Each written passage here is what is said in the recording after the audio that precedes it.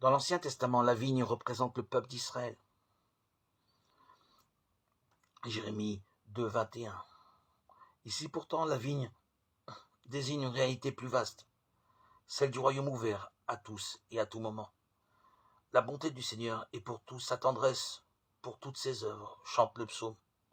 Et Jésus ajoutera, moi je suis la vraie vigne, Jean 15, 1.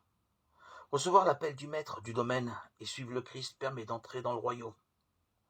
Au fond, cette parabole ne parle pas de justice mais de grâce. Les ouvriers de la première heure qui récriminent contre le maître ne sont pas entrés dans la dynamique du salut, malgré la mise en garde d'Isaïe. Mes pensées ne sont pas vos pensées, vos chemins ne sont pas mes chemins.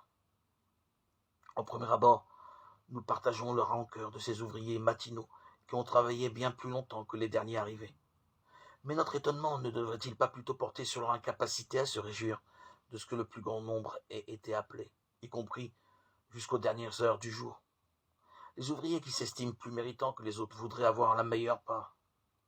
Voilà justement l'attitude que dénonce Jésus.